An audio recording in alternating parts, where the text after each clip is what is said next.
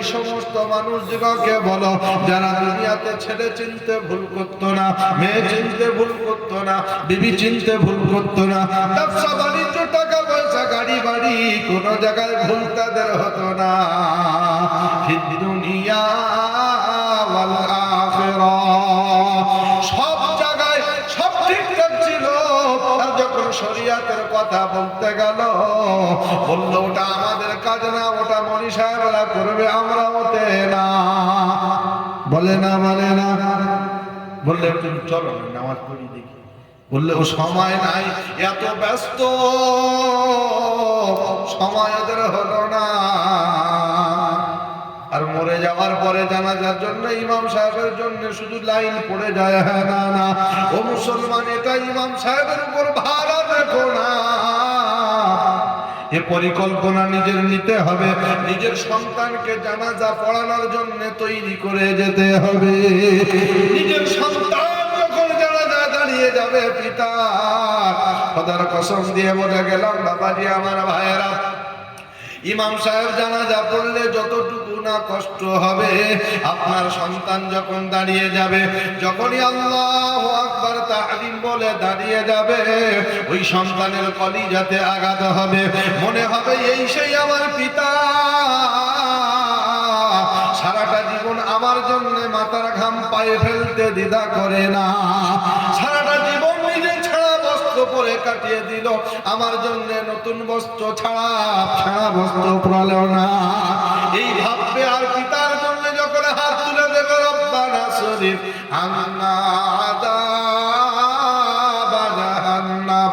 রব্বুল আলামিন বলেন সন্তান যখন পিতার জন্য হাত তুলবে, আমি আল্লাহ যতক্ষণ সন্তান হাত উঠিয়ে রেখেছে, আমি আল্লাহ ওই পিতার নামায়ামন থেকে গুনাহগুলো কেটে কেটে কেটে কেটে সাফ করে পরিষ্কার করে দেব। জোরে বলেন। আজ বর্তমান শুধু ভাড়ায় চলছে। হ্যাঁ না বলেন, এই কতদিন চলবে বাবা? এজন্য আল্লাহ নবী বলে গেলেন ইদা মাতাল ইনসান, আমার একটা উম্মত অতক্ষণ পর্যন্ত মরবে না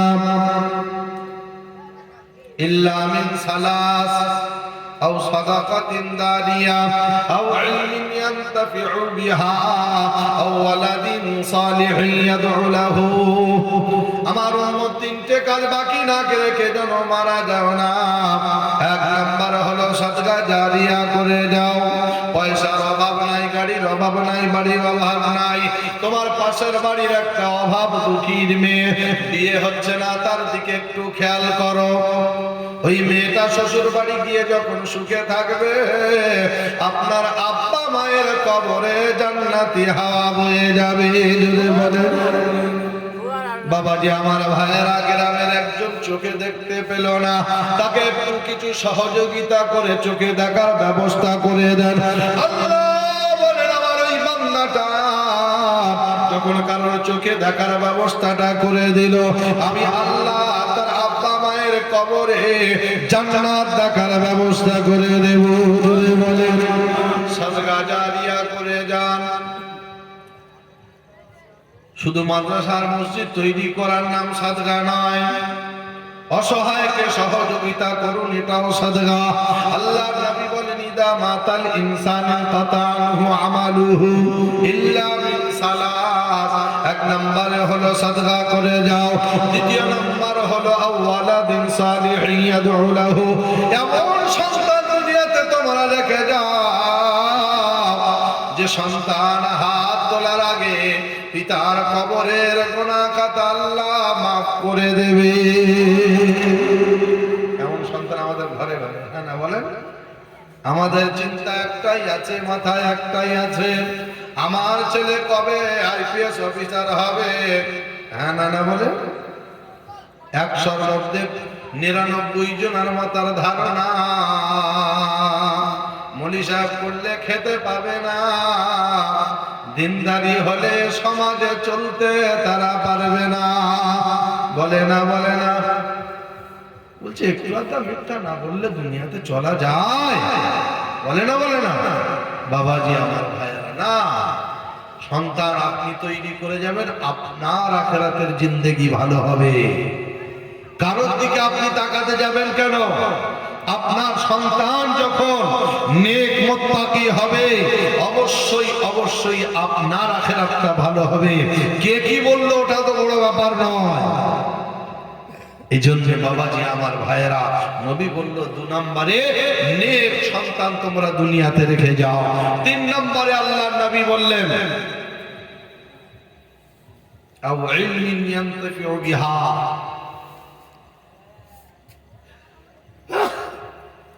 এমন ইলম অর্জন করো যেটা তোমারও লাভ আর তোমার পরিবারেরও লাভ। জোরে বলেন সুবহানাল্লাহ। সেই ইলমটার নাম কি বলেন তো দেখি? এমন শিক্ষা যেটা আপনারও লাভ, আপনার পরিবারের লাভ, সমাজের লাভ, গ্রামের লাভ, উম্মতে মুহাম্মাদীর লাভ। সেই শিক্ষাটা কি? আল্লাহর নবী দিয়ে গেছেন। শিক্ষাটা কি? তালাবুল ইলমি ফারিদাতুন আলা কুল্লি মুসলিম। এমন শিক্ষা অর্জন করো যে শিক্ষার মধ্যে কোনো মিথ্যা পাওয়া যাবে না। জোরে বলেন। আমি আপনি যার পিছনে আজকে পড়ে আছি, এ তো মিথ্যা দিয়েই শুরু হয়েছে। হ্যাঁ না না, নার্সারি স্কুল দেখেছেন? নার্সারি স্কুল যেগুলো বাচ্চাদের কেজি স্কুল গো, 2 বছর থেকে ভর্তি নিচ্ছে। 2 বছরের বাচ্চা কথা বলতে পারে, ও কি পড়বে? ওদের কোনো বই নাই, ওদের কি পড়ানো হবে? মুখে মুখে। সে আমরা ছোটবেলায়, আপনারাও পড়েছেন ছোটবেলায়, যখন সেই খিচুড়ি স্কুল ছিল না, কি দিত ওটা? ভুট্টা। ভুট্টার স্কুলে দিদিমণিরা যেমন ভাবে মুখে হেসে খেলে পড়াতো, তো ঠিক এখন বর্তমান কেজি স্কুলগুলো এরকম হয়েছে। তো ওদেরকে প্রথম যে যাওয়ার পরে যে প্রথম দিনের যে ছড়াটা পড়ায়, কি ছড়া? হাটিমা টিম টিম তারা মাঠে পারে ডিম, তাদের খাড়া দুটো সিং, তারা হাটিমা টিম টিম। 2 বছরের বাচ্চাকে মুখস্থ করছে। আচ্ছা আপনারাই বলেন তো, জ্ঞানী সম্পূর্ণ মানুষ, এমন কোন পশু পৃথিবীতে আছে যার সিং আছে সে আবার ডিম পাড়ে? পৃথিবীতে আছে এমন কোন পাখি নাই যার সিং আছে সে আবার ডিম পাড়ে মাঠে। তো শিক্ষার শুরু থেকে তার মিথ্যাটা মাথার মধ্যে, মগজের মধ্যে ঢুকিয়ে দেওয়া হচ্ছে। এজন্য বাবাজি আমার ভাইয়েরা, আর দ্বীনি শিক্ষার দিকে দেখো, প্রথম নাম্বার 1 নাম্বার যখন পড়ানো হচ্ছে কি? কায়দা। কি পড়ানো হচ্ছে? কায়দা। পৃথিবীর যত কায়দা আছে সবের ভিতরে আছে, যে যাই বলে বলুক। এজন্য বাবাজি আমার ভাইয়েরা, আমরা সচেতন হই। দুনিয়ার জমিন কটা দিনের? হাতে গোনা হিসেব করে দেখেন, কয়েক দিনের জিন্দেগি। যদি কোনো মানুষ 60 বছরের জিন্দেগি দুনিয়াতে কাটায়, কত বছর বললাম? 60 বছর। তো 30 বছরের রাত তার জিন্দেগিতে আসবে না? আসবে না বলেন? আসবে তো? আসবে। 30 বছর রাত ঘুমিয়েছেন, বাদ দেন। 30 বছর দিন।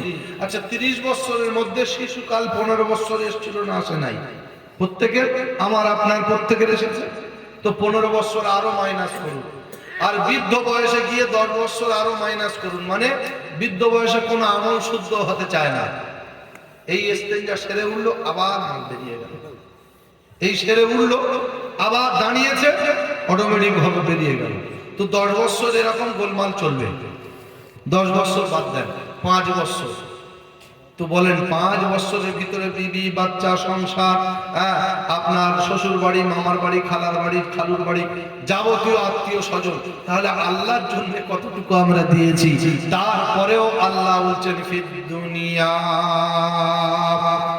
ওয়াল আখিরাহ, আমার বান্দা যখন দুনিয়ার সকলের মাঝখান থেকে আমি আল্লাহকে ভুলে তারা যাবে না। আমি আল্লাহ দুনিয়াতে এমন সুখের, এমন আনন্দের, এমন শান্তির ব্যবস্থা করব যেটা মুনাফিকের কল্পনাতে থাকবে না। আর যখন আমি আল্লাহর স্মরণে তারা রাখবে না, কোলের বিবি কাছে থাকবে, হেসে কথা বলবে না। আর গন্ডা খানেক ছেলে হবে, বাপ বলে কেউ ডাকবে না। শ্বশুরকে বাপজি বলে জড়িয়ে ধরবে, মোটে লজ্জা হবে না। হচ্ছে না, হচ্ছে না। বর্তমান সময়ের নমুনা, বেশিরভাগ ছেলেদের বিয়ের পরে শ্বশুর বাড়ির সাথে সম্পর্ক, বাপ মায়ের সাথে সম্পর্ক কিন্তু থাকে না। যারা আছে আবার তাদের কিন্তু কাজ হয়ে যাচ্ছে বাবা। এটা বর্তমান ঘটছে, তাই এই জন্য আল্লাহ বলছেন ফিদ দুনিয়া ওয়াল আখিরাহ। দুনিয়ার জমিনে যখন সবার স্মরণে রেখেছিল, আমি আল্লাহর স্মরণেতে রাখলো না, কিয়ামতের ময়দানে মুসিবতের দিনেতে সবাই সেদিন সামনে হবে, আমি আল্লাহ তাদের স্মরণে নেব না। ফিদ দুনিয়া ওয়াল আখিরাহ। আর আখিরাতের জিন্দেগিটা এত ভয়াবহ হবে, যেদিনে বাপ পাশে দাঁড়াতে চাইবে না। সোহাগের বিবি সেদিন পালিয়ে যাবে, স্বামী বলে ডাকবে না। বাচ্চা সেদিন দাঁড়িয়ে থাকবে, বাপ বলে সে চিনবে না। বললে হুজুর নমুনা, ইয়া আইয়ুহান নাস ইত্তাকু রাব্বাকুম ওয়াখশাউ ইয়াওমান লা ইয়াজজি ওয়ালিদুন আন ওয়ালাদিহি ওয়ালা মাউলুদুন হুয়া জাযিন আন ওয়ালিদিহি শাইআ। ইন্না ওয়াদাল্লাহি হাক্কুন ফালা তাগুররান্নাকুমুল হায়াতুদ দুনিয়া ওয়ালা ইয়াগুররান্নাকুম বিল্লাহিল গরুর। কোরআনে পাকের পারা নাম্বার 21, সূরার নাম সূরা লুকমান, আয়াত নাম্বার 33। একেবারে বাম দিকের পৃষ্ঠার মিডিল পজিশন থেকে একটা লাইন পড়ে রব্বে তুল জালাল শুরু করেন, ইয়া আইয়ুহান নাস। বিশ্ব মানব শুনে না, আমার ঘোষণাটা মেনে নাও। আর আমি আল্লাহকে ভয় করো, ওই দিনের কথা স্মরণ করে, যেদিনে বাপ বেটার কোনো কাজে আসবে না, মা বেটির কোনো কাজে লাগবে না, ভাই ভাইয়ের কোনো কাজে আসবে না। ওদিনে বাপ বিপদে পড়ে গিয়ে সন্তানের কাছে গিয়ে বলবে, আব্বা রে, দুনিয়াতে যা করেছি সব তোকে দিয়েছি, নিজের জন্য করি না। আজকে একটু বিপদে পড়ে গেছি, বাঁচা। বেটা সেদিনে বলবে লা ওয়ালিদাহু ফিল আরদি, জমিনে আমার বাপ বলে কেউ ছিল না, আজকে আমি চিনি না।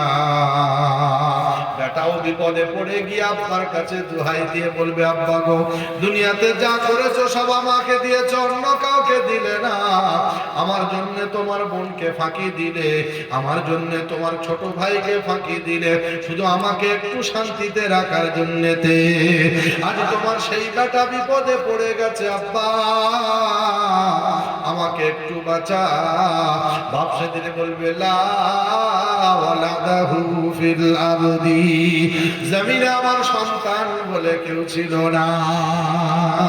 আমার সমাজের বন্ধুরা, আমার জ্ঞানী গুণী শুধু মানুষেরা, আল্লাহ ওয়ালা বাবাজিরা, সোনামণি মায়েরা, বোনেরা, এজন্য আমাকে আপনাকে দুনিয়া থেকে আল্লাহকে রাজি খুশি করে যেতে হবে, হ্যাঁ না? আল্লাহ ইন্নাল্লাহ